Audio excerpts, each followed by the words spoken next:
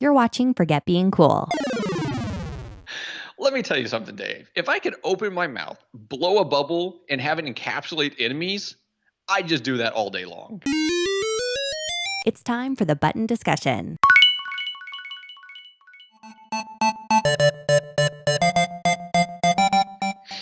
So, Dave, Yes, Bubble John. Bobble. Hi, John. When I look back at the games I played a lot on my Nintendo when I was a kid, Bubble Bobble is at the top of my list, right? I played the Mario's, I played the Zeldas. I say Zeldas on the Nintendo. I only played Zelda, the original Legend of Zelda.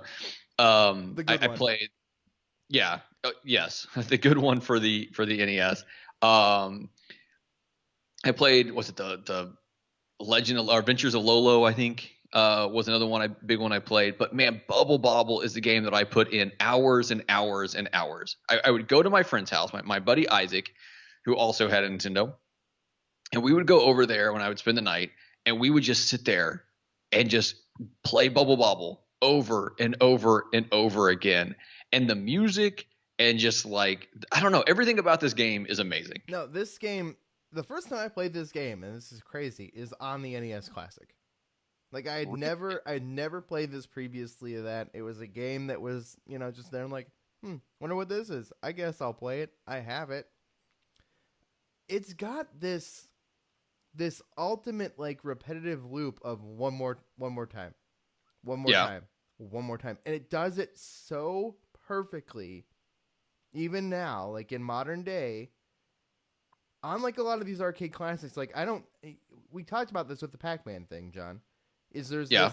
this like, does anybody like really play Pac-Man nonstop like anymore? No, we kind of don't think that happens. Bubble Bobble biggest strength, like its biggest thing that it's got going on for it, is that one more time thing that mobile games now have.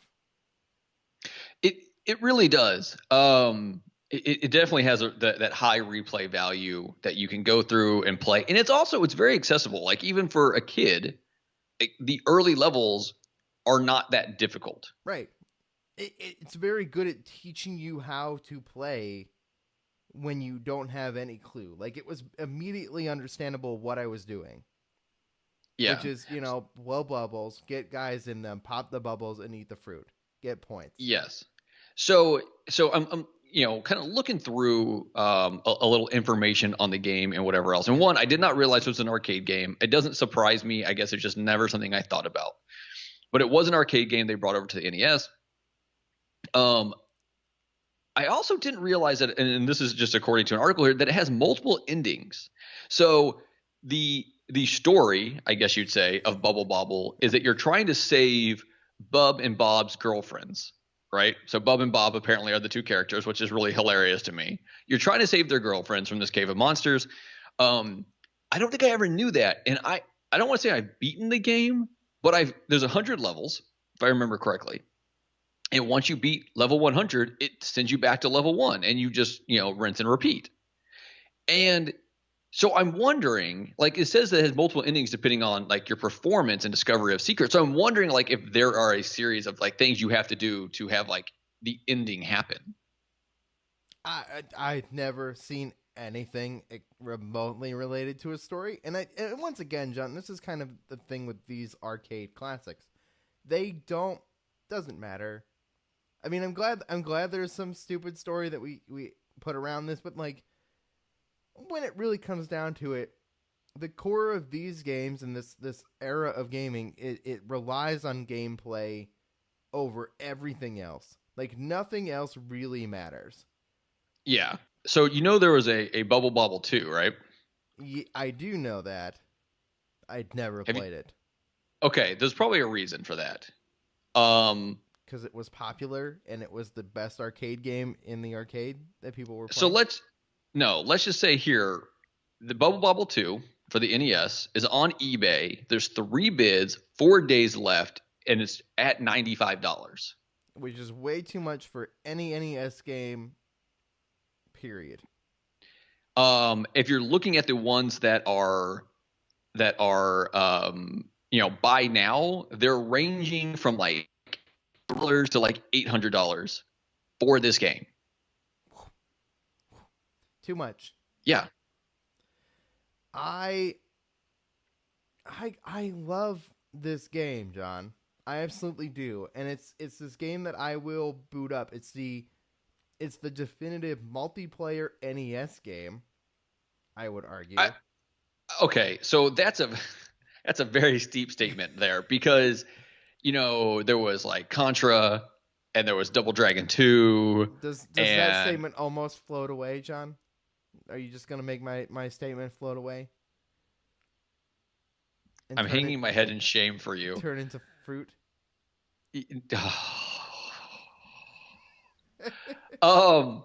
But no, it is a very important and amazing and still replayable, multiplayer game. And it's one of those ones you can just kind of like sit back and just have fun. And then the music, God, the music is almost circus worthy type music with how just like fun and lighthearted. Bubble. Yeah. What's the other multiplayer mode, John? Mister, I play this a ton of people. Like, there's like a third mode. Oh God, I know I've done it. I don't remember. I think it's like a competitive one. Okay, where you're blowing bubbles at each other. I mean, I don't know. really see a point. It's not important. It's not important. Go ahead. I would say so. As far as it being like multiplayer, we're talking about like the different endings that are supposedly there and whatever else. One thing I've never done in this game is collect all the letters. You know what I'm talking about? Yeah, I know what you're talking about.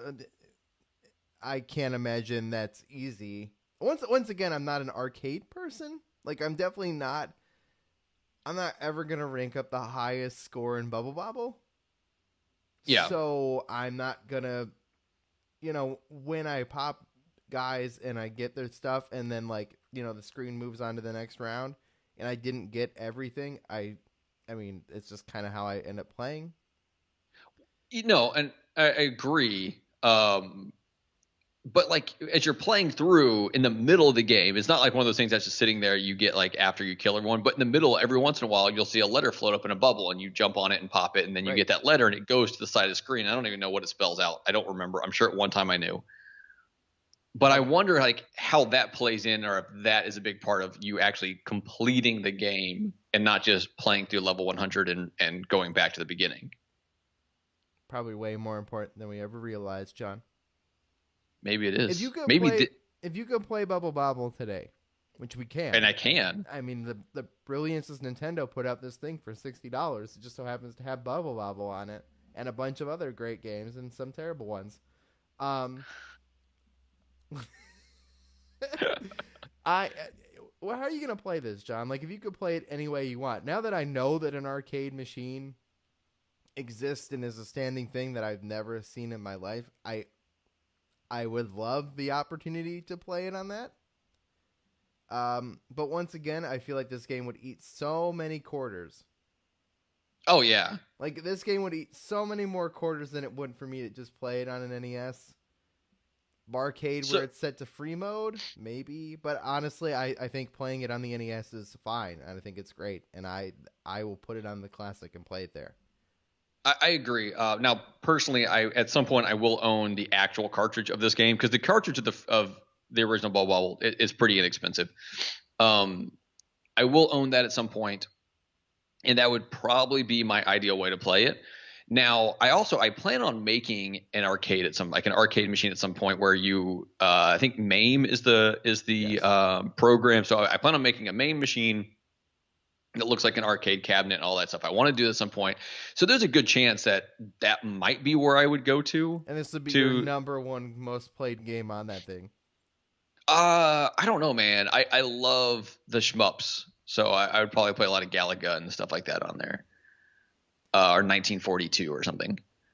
But that's not important. But that is probably I don't want to say my ideal way, but like if I'm playing by myself, there's something about standing at an arcade cabinet that's really cool, right? Or sitting on like a bar stool at an arcade cabinet, I guess, is a little bit more comfortable than standing the whole time.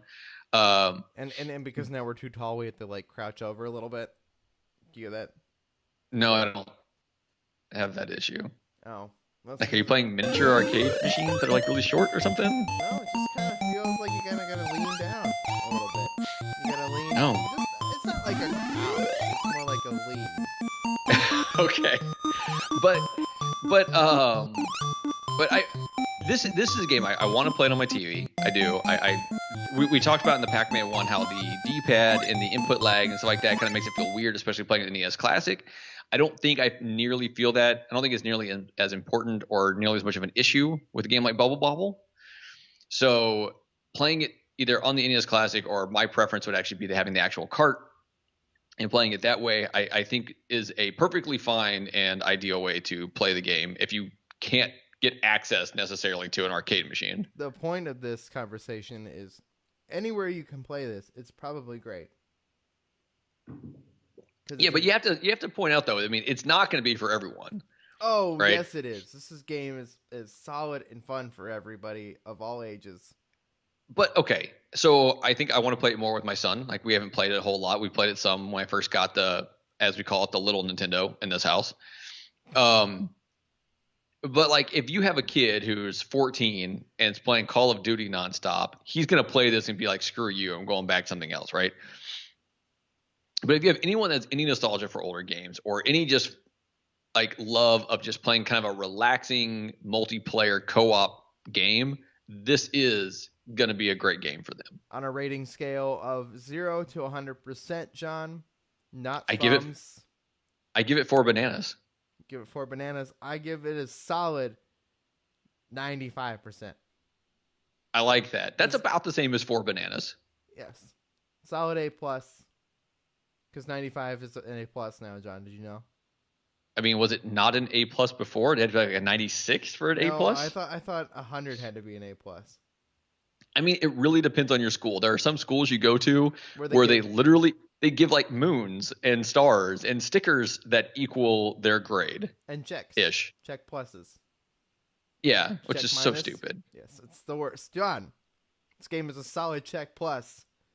And we'll see you guys next time. Yes, 4 bananas. Bye, guys. For more great discussions, hit that subscribe button or visit forgetbeingcool.com. Let me tell you something, Dave. Bubble Bobble is most likely the greatest co-op video game ever made. Let me tell you something, Dave. If I were to hook up with the dinosaur, it'd be the ones from Bubble Bobble. Let me tell you something, Dave. I wish I had the Bubble Bobble powers for the highway. Let me tell you something, Dave. I can't even.